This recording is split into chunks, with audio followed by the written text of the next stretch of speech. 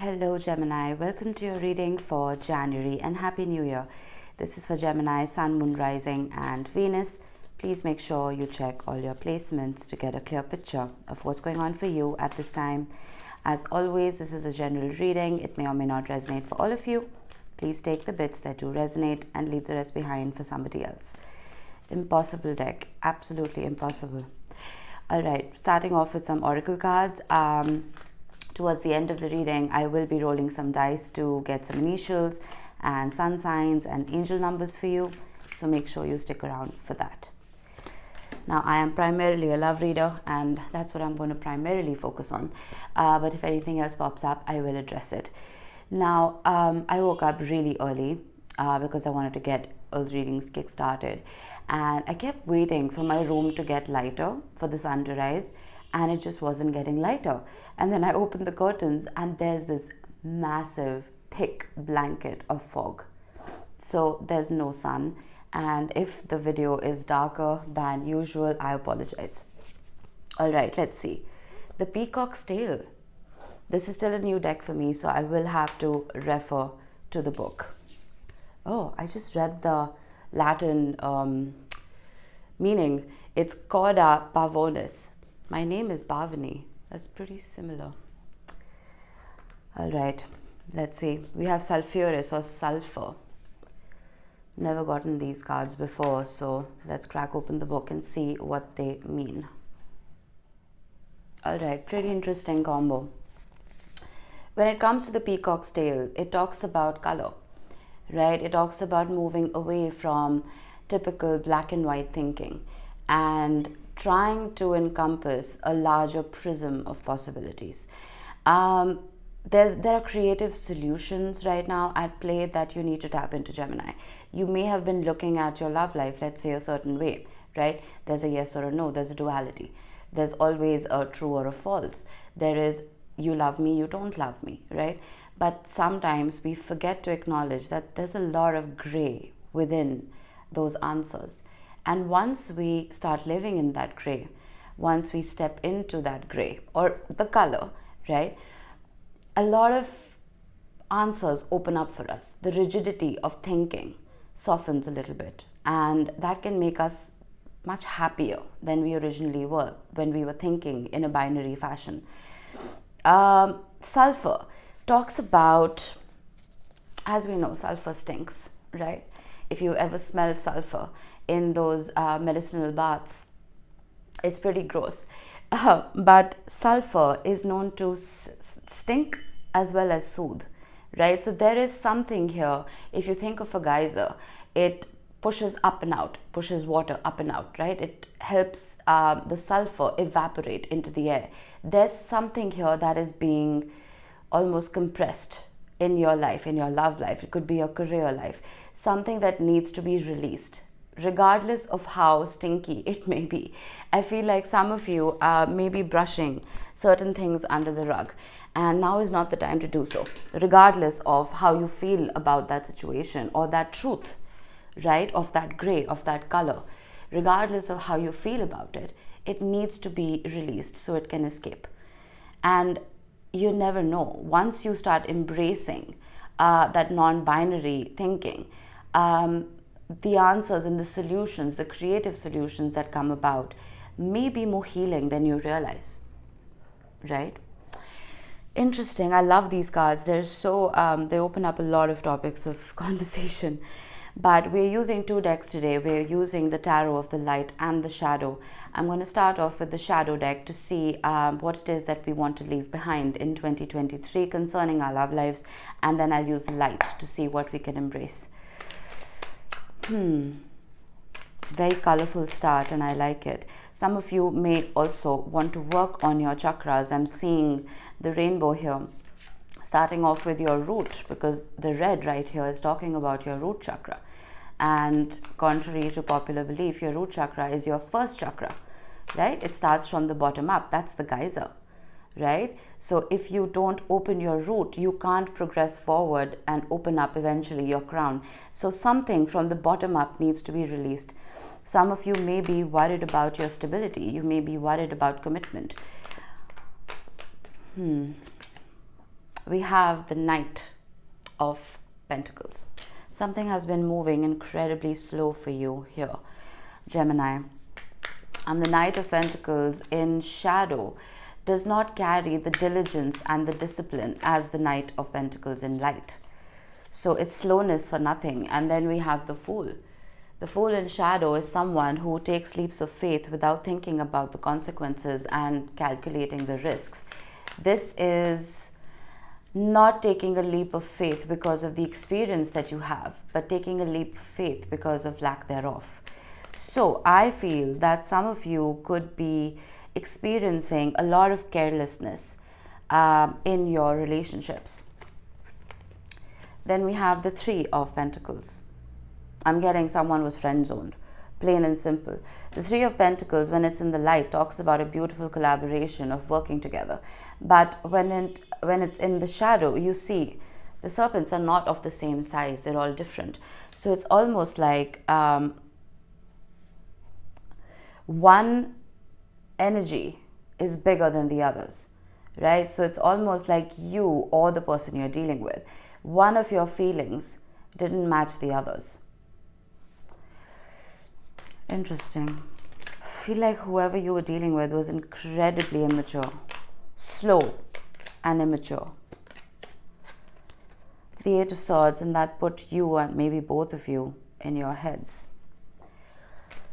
Your ruler is still retrograding. I'm recording on the 27th of December, and it's going to go out of retrograde on the 1st or the 2nd of January. So while Mercury is moving backwards in the sky, it can cause your mind to be extremely muddled. That is what we're seeing here. And then we have the Five of Cups. Now the Five of Cups in shadow or the light talks about sadness. But in the shadow particularly, it talks about delving way too deep into that sadness that you can't get out. It's almost like quicksand. With the Fool right here, I'm literally getting a very foolish person who has no emotional intelligence. Plain and simple.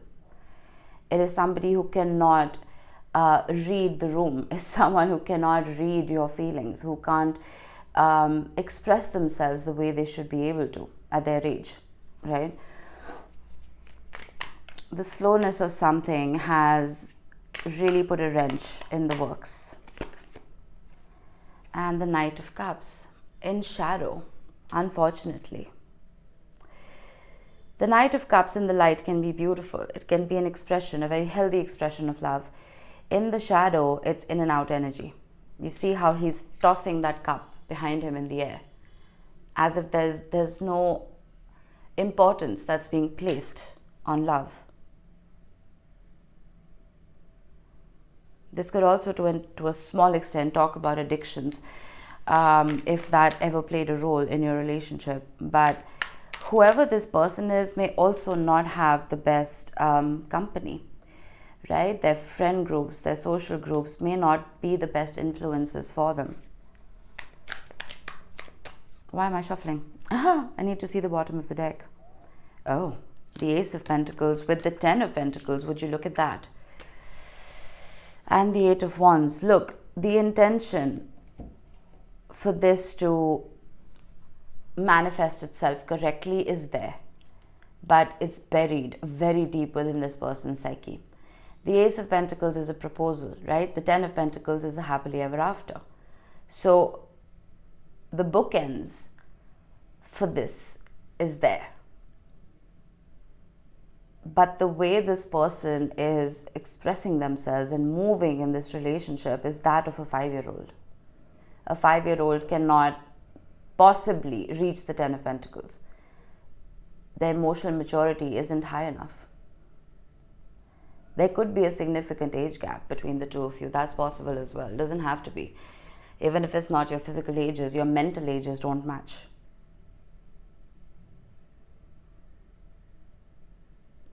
Some of you may be brushing that under the rug. That's the sulfur right there. Maybe an acknowledgement of this person's immaturity will open up more doors for you. It may open up different ways of communicating with this person and getting through to this person. I'm almost feeling like you need to dumb yourself down to talk to them. I'm sorry if there's a cross-watcher watching, but that's what I'm getting here. It's like you have to dumb yourself down.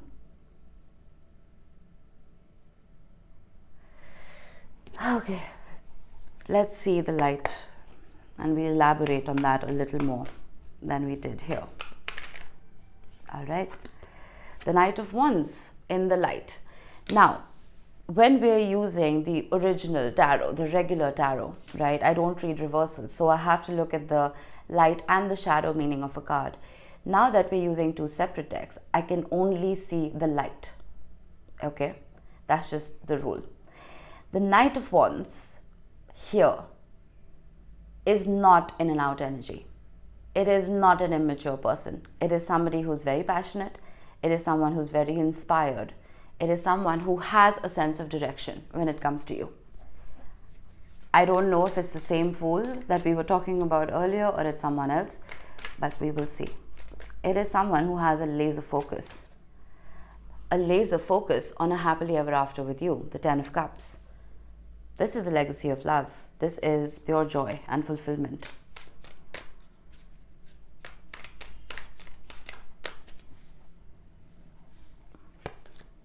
The Hanged Man, empathy, compassion, Pisces energy. Sacrifice to an extent. I'm getting a lot of selfishness here in the shadow. And while this person may have, we're all turning over a new leaf, right? That's just how it goes. Time is not linear, but wherever there is a new year, there's New Year's resolutions, there's, us changing, us wanting to evolve and grow and not take forward the shadow from the past. I feel like this person is pretty much doing the same thing. They're trying to leave the darkness and the immaturity behind. The Hanged Man is a very mature energy. This is somebody who is not selfish at all, right? Three of Swords at the bottom of the deck. The pain that they may have put through, it is possible that they're experiencing the same pain now, right? That geyser has been released. It's possible that the pain that they were feeling was being suppressed. Not anymore. We have the Moon, emotional intelligence in the light. A lot of fears, a lot of vulnerability coming up to the surface, where earlier there's almost this, not even stoicism, but ignorance, right? I'm also getting that this person was distracted. I don't see any external energies. I do see the Three of Pentacles, which doesn't always have to be a third party card, right? I don't want to force that into the reading. But seeing the Knight of Cups and the Fool in shadow is telling me that hyper focus that we need, right? That the Knight of Wands is bringing to the table now, it wasn't there. This person was very scattered in their energy. So if this person was focusing on other people, right, or situations and not enough on you, that's changing here with the Moon. Instead of looking outwards, they're looking inwards now and they're ready to communicate. And this is not going to be empty chatter. This is deep communication with the Moon.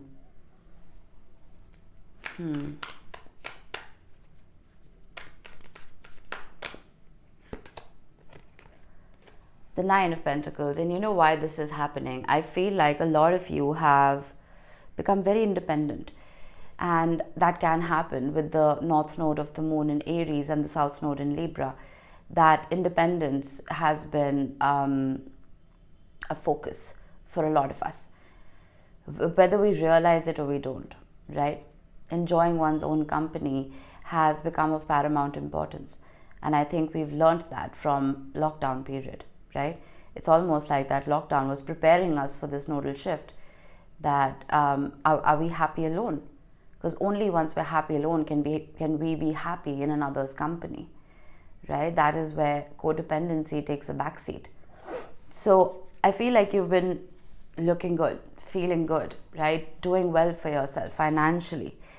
And I feel like for some of you, it's also possible that this realization is coming because, it sounds really mean, it's coming because you're doing better than they thought you would without them.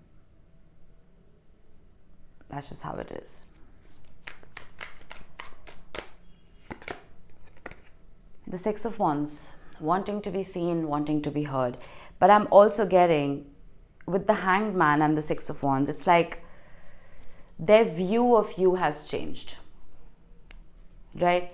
The way they look at you has changed. If earlier their eyes were just glazing over you, glazing over your attributes and your talents and your beauty even, or your attraction, or your empathy, your compassion. Now it's almost like their eyes are wide open and they're noticing and appreciating everything that they should. This reading is almost like Neptune going direct, where earlier there was a veil over their eyes. Now it's like their eyes are wide open. They see you now. That geyser has erupted and they can see all that color. Wow. It's like they can see the entire spectrum of who you are. Bottom of the deck, we have the Hermit, the Two of Cups, the Eight of Cups, the Five of Cups, and the Death card. For some of you, you've had enough. And whether they see you or not, you're just walking away. Because there's more that you want to explore. And now the binary thinking is probably just yours. For you, it's black and white. That it didn't work out, I'm done. You're not willing to compromise. This person has done a lot of soul searching with the Hermit, and I feel like you have to. And during that period of isolation, you have found parts of yourself that you're very proud of, and you don't want to dumb yourself down. I wouldn't either.